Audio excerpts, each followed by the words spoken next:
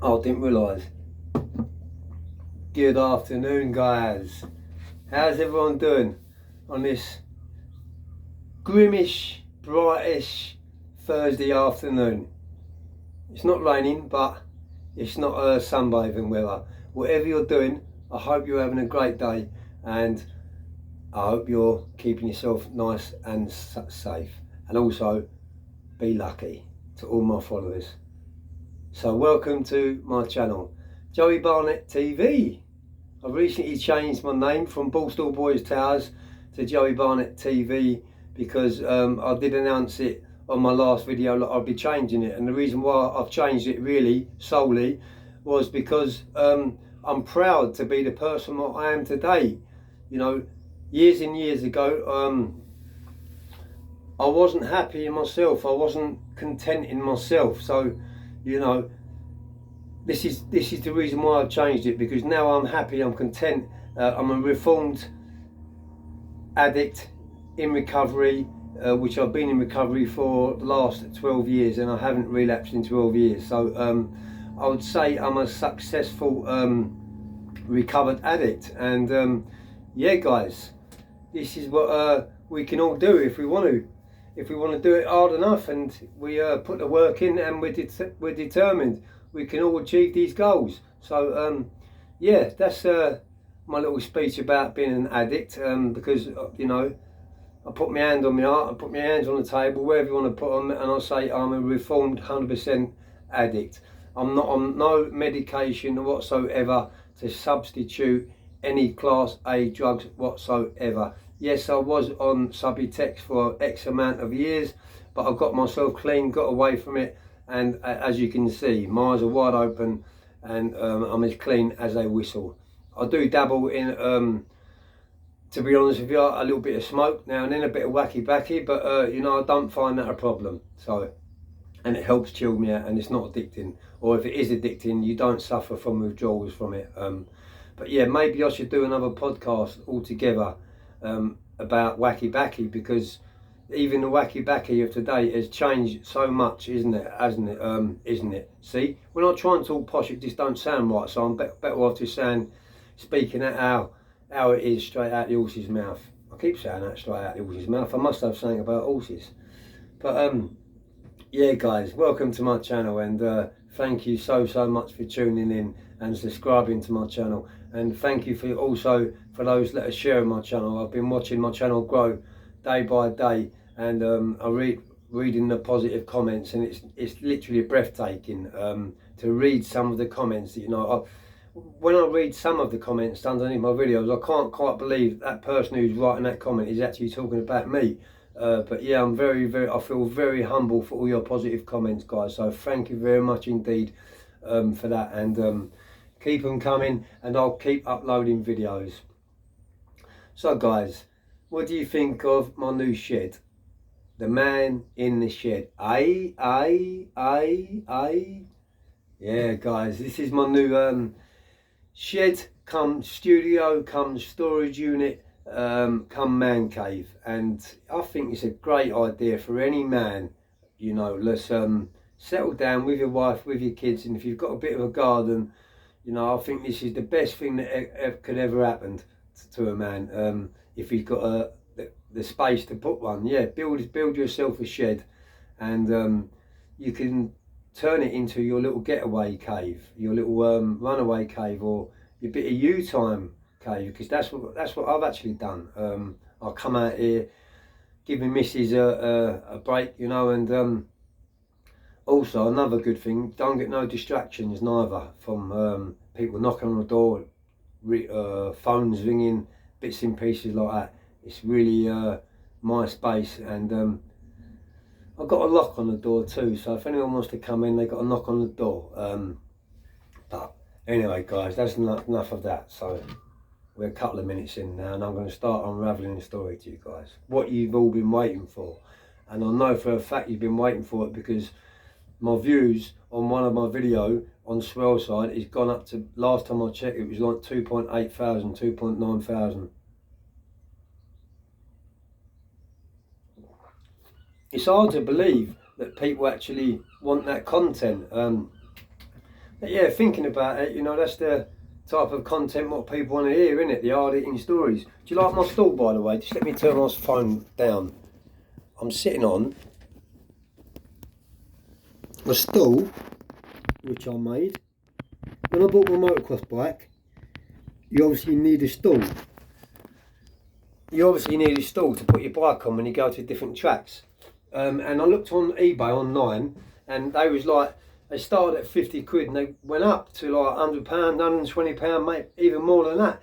And I checked YouTube out. I see a tutorial on YouTube, and someone gave me a really, really good idea. They said, make your own. So I went round to Wixie's, got a few lengths of stud wood, got all the measurements offline on underneath someone's video, the description, cut all the wood out, and bang, got the drill out, got the screws, and drilled it all together myself. So I made it myself. It cost me £10 to make, and to be honest with you, it's better than any motorbike stand you'll ever get, one what you can buy online. Basically, most of them are hydraulic lifts, and after a short space of time, actually, the lifts start to sink down because the gasket's going and things like that. And because you're at tracks, it's rainy, it's wet, it's muddy, it all gets down into the hydraulics of them, and they look a mess after a while. You look like a piece of junk in the corner of the room, rusty old thing. So yeah, I made mine and painted it up, and that's what I'm sitting on today. So I hope you like my stool, guys. Improvising, that's the word, isn't it? I think, yeah, improvising. I'm learning on the job. I've been out of jail since 2010. I've written a book. I'm in the process of writing my second book. I've got my story out, and I've done quite a lot of successful things. And you know, me and my missus, we help the homeless, we help the less needy people. I mentor people with drug and alcohol addiction on a day-to-day basis. It's all voluntary. So money can't buy the satisfaction which it actually gives me out of helping someone else out. And this is why I set my channel up, for awareness, not to boast, not to be big-headed, not to say I'm hard, not to say I'm now a lunatic, although I can say I was looked at back in the day as a lunatic, but you know, not now. I'm 54 years of age. I don't fight no more. I'll walk away if I can, and if I can't walk away, it comes to me, then I'll deal with that when it comes to me. But other than that, I'm not a violent person, unlike years ago, and I like helping others. So yeah, guys, keep them positive comments coming in. So let's jump onto the Swaleside story. I got sent there on like a punishment type of thing, because when you go into the system, when you get because I was a category A, so basically when they downcatted me from an A to a B, I had to go into a review. It was every few months to review, but me and my co-defendants, the other few co-defendants, we was all category A because of the nature of our offence and escape reasons and things like that. So yeah, we was category A, and I was category A for 18 months, and then when I went to a B cat, you know, I went to Dovegate, I've been in Maidstone, Bullingdon, what other jails did I hit on that sentence? Swaleside, all the local B cats around London, you know, the Scrubs, the Ville, Wandsworth, Brixton, all the locals, just getting pushed from pillar to post, because of, as I say, I was, back in the day, I was a bit of a problem in the system, and I was game as you like, and you know, violence to me back in the day was a day out for me, and you know, I didn't intend on having any violence conflicted on myself. So it was just a matter of like, I'll do you before you do me type of thing. And you know, that was sometimes, and the other times I was actually told to go out and do these people on but I'm not going to get a strike on my channel, so I'm not going to go on about that too much. But Swaleside, yeah, I landed in Swaleside. As soon as I hit reception down there, you could feel the tension, like the atmosphere. You could cut it with a razor blade, a knife edge. The screws was very cocky, full of themselves. Didn't have no time for you.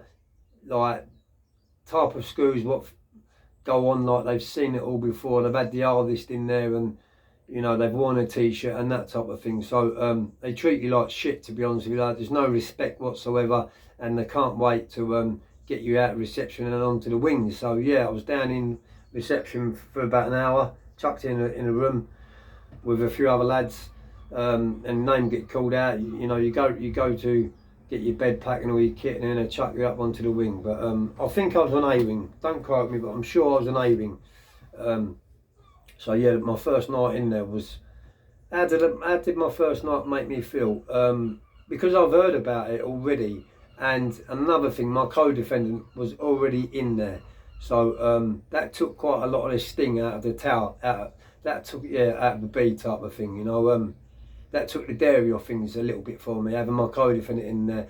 And as I said to you on my previous videos, my co-defendant was and is still very big in the game, and I can't mention his name, but yeah, everyone around him was aware that I was his co-defendant. So but you know, he didn't get me onto his wing for a few weeks. I was on A-wing for a few weeks, but so yeah, I went in there, and they put me into a single cell, and I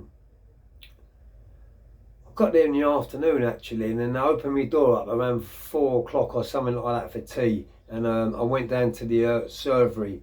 And straight away I see people like walking about with the trousers down their arse, proper attitudes on them, you know. I see gangs, I see cliques, you know. I see screws like calling people to bang up and things like that once they got their tea, and like these cliques or these gangs were just talking to each other. They weren't acknowledging the screws, they was just jogging the screws on. So I got the feeling straight away that this was a cons jail, not a screws jail, because a lot of jails what you go to, there's two differences. One of them you got a screws jail, and the other one you got a cons jail. And when I mean a screws jail, I class places like HMP Wandsworth. That is a 110% screws jail, and if anyone knows Wandsworth, you can vouch for me, and you'll know what I'm talking about. I remember like back in the day, you know, if you had your shirt untucked in Wandsworth, you know, you sent down a seg, put on report. Very, very strict, you know. When they told you to bang up in Wandsworth back in the day, you know, you had to bang up there and then, one of them ones. But yeah, big shout out to everyone that's, you know, come out of that and what's been in that life now and now are reformed. So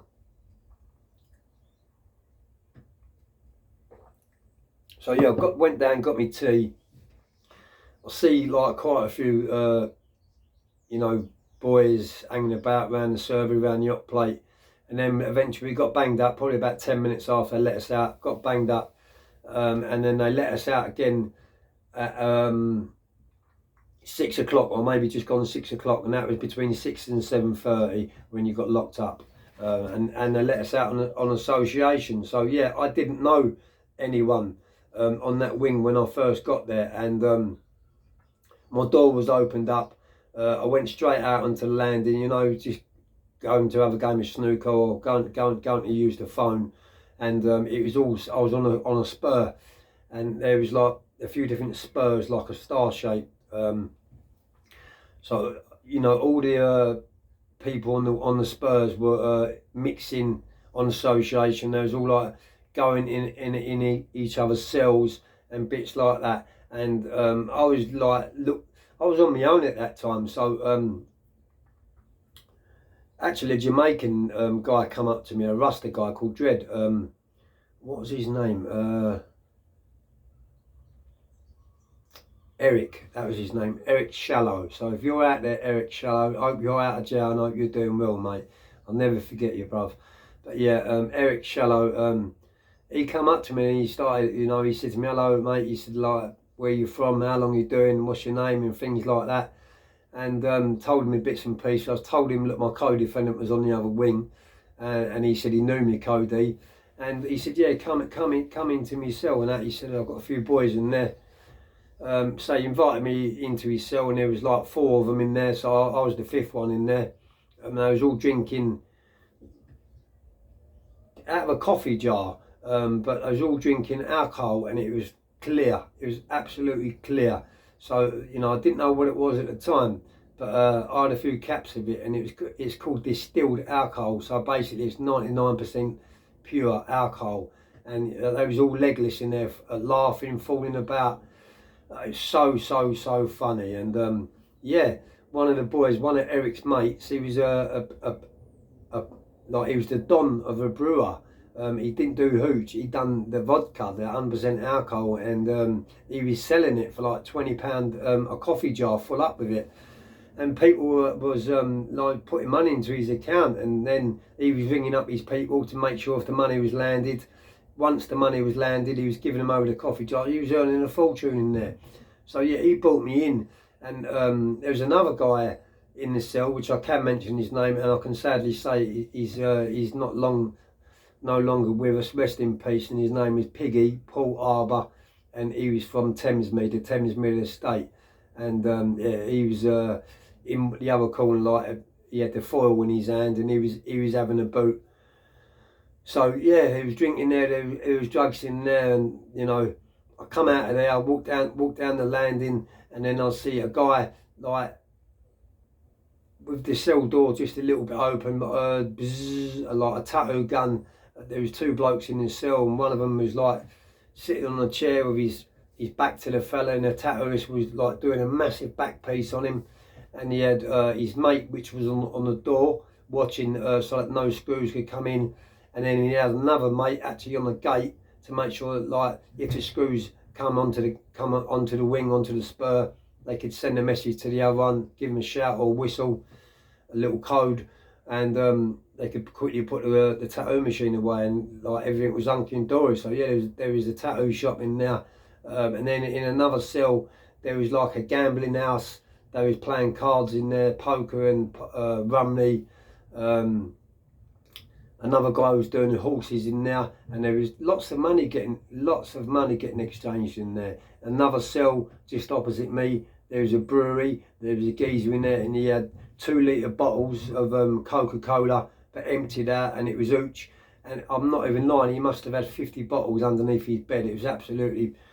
And the screws, to be honest with you, no one really cared about the screws in there, and that's because the screws were very scared of the inmates, because they'd seen the violence what had gone on in there for so many years. And at the end of the day, them screws wanted to go home to their family and their kids, you know. A lot of inmates in there, there's a lot of long-termers and a lot of lifers in there what are never getting out of jail again, and they won't think twice of taking your life, do you know what I mean? So screws were very dubious about coming on there. That's what I'm saying to you. There's a difference between a screws jail and you know, a cons jail. Swaleside was definitely a cons jail. Whilst I was in there, I actually see a murder. I didn't witness the murder, but I see the guy after he got murdered. I can quickly tell you that, but it is actually in my first book. There's two brothers in there. One was doing 7 years and one was doing 9 years for drug offences. One was very skinny. It's weird. Probably about 8 stone and about 6 foot. Looked like Streaky, and his brother was like really large, like a Teletubby. So when I was told that they were brothers, I couldn't believe it, because it was like little and large type of thing. So yeah, the large, I call him Streaky. So we all banged up one night, and Streaky was on my spur. We all banged up one night, and there was a bit of an argument going on out the windows. Our windows faced onto the exercise yard of Swaleside, so the field. So yeah, there was shouting and screaming at each other all night long. And you know, a lot of this does go on in prison. People have arguments at the window. Some people do it just to get through the night, do you know what I mean? And some people do it just to cause trouble. Some people are out and out shit stirrers. But yeah, I heard like a lot of name calling with each other, and then I heard like them both like slating each other's families off, their mums off, their kids off, their wives off, and bits like that. And it got a little bit out of hand. And then I heard the other one say to the other one, one of them said, the other guy said to Streaky, right, we'll sort this out the minute we see each other. But you know, things like this happened all the time in all the different prisons up and down the country. People argue at the windows. It's a fact, and it happens down segregation units too. So this guy, we didn't know what was going to happen. We just thought it was a normal argument. But this guy who's having an argument with Streaky, he's got a big, massive, like long piece of wood. when I say a long piece of wood, I probably mean, yeah, probably like a table leg, and it's got a big like 10-inch nail hanging out of it. And Streaky, that morning, Streaky was in bed because I believe he was drunk on hooch and he had a bit of an anger, he couldn't wake up. So Streaky was in bed in the morning. We was all unaware what was going to happen. This guy, as soon as the screws come on and started opening the cells up, that's what they do. They just open the cell up and walk off and let you out. So, but they always put the deadlock over, so you can't lock your door or no one can lock you in and things like that. So basically, once your door's open, anyone can come in and you can't lock yourself away. But yeah, this guy, man, he's gone in the cell and Streaky's in bed. He's got his green blanket over his head like that, and this guy's just gone whack, whack, with his lump table leg and this now. And he's done Streaky in the head a few times. Didn't really hear much of it, to be totally honest with you. Didn't really hear much of it. We all heard just a little bit of rustling about in the cell, and maybe a bit of aggression, verbal aggression. But that's all we see. We didn't see him go in there. You know, he must have been standing at his door waiting for the screw to open the door up, and as soon as he see the screw walking past Streaky's cell, he must have bolted straight out, caught Streaky in bed, done him with the table leg, and then he's gone back into his Peter. Anyway, we're all let out for work and bits and pieces. I think it might have even been exercise time in the morning like that. And I went out onto the yard, come back in again, and one of my pals, Eric, he actually said to me, he said, Joe, he said, did you hear that argument last night between, like I say, Streaky and the other? I said, yeah. I said, it was driving me mad. I said, God, does that happen a lot in here? And he said, yeah, you know, get used to it. It happens all the time. So I said to Eric, I said, what's going on? And he said, well, nothing. He said, as I said, it happens all the time. And it was me what mentioned it. I said to Eric, I said, come on. I said, let's go and have a check on the Streaky and see if he's all right, and see, like, just to see what's going on. It'd be nosy, do you know what I mean? I've gone into Streaky's cell. He's still in bed. And, you know, I've pulled the blanket off of Streaky to wake him up. And his head was over one side. So I've just pulled the blanket back over him. I just thought he had a hangover. I didn't see nothing.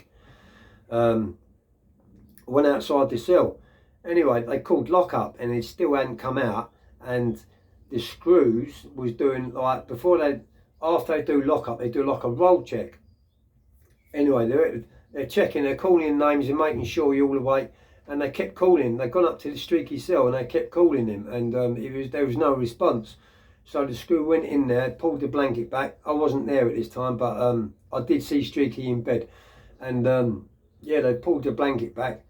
This is apparently what happened after. So they pulled the blanket back, and all of a sudden, I've heard the whistle blow. I've heard all the alarms go. And yeah, with the medics coming, the hospital coming. Apparently, I was told later on that he had like green and grey stuff just trickling down the side of his face, and I was later told that was his brains being punctured, and yeah, he actually passed away. So he got done in there, he got pinged in there, and the guy actually got arrested for it. So he got shipped out. Streaky was gone, passed away. There was big heavy charges, but Streaky's brother was still left in Swaleside, and you know, it was devastating for his brother, and it was devastating for me. It was devastating for everyone what was around, and we all see what happened, but we all heard about it, and you know, that is how dangerous Swaleside really was, and that is the dead honest truth, guys. I've seen numerous people getting slashed. I've seen people boiling up big saucepans of boiling fat for hours at a time, you know, and pouring it over people's heads. So much violence. I'm not going to go into what I've committed in there, because obviously I'm not going to implicate myself, because I've never been arrested for any violence in jail. So I'm not going to go on about that.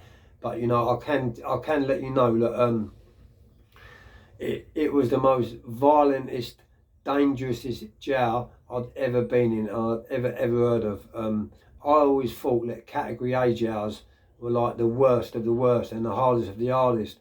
Well, that is not the case, because, you know, with BCAT's Swaleside, it's a trainer, and you've got to be a long-termer to go in there.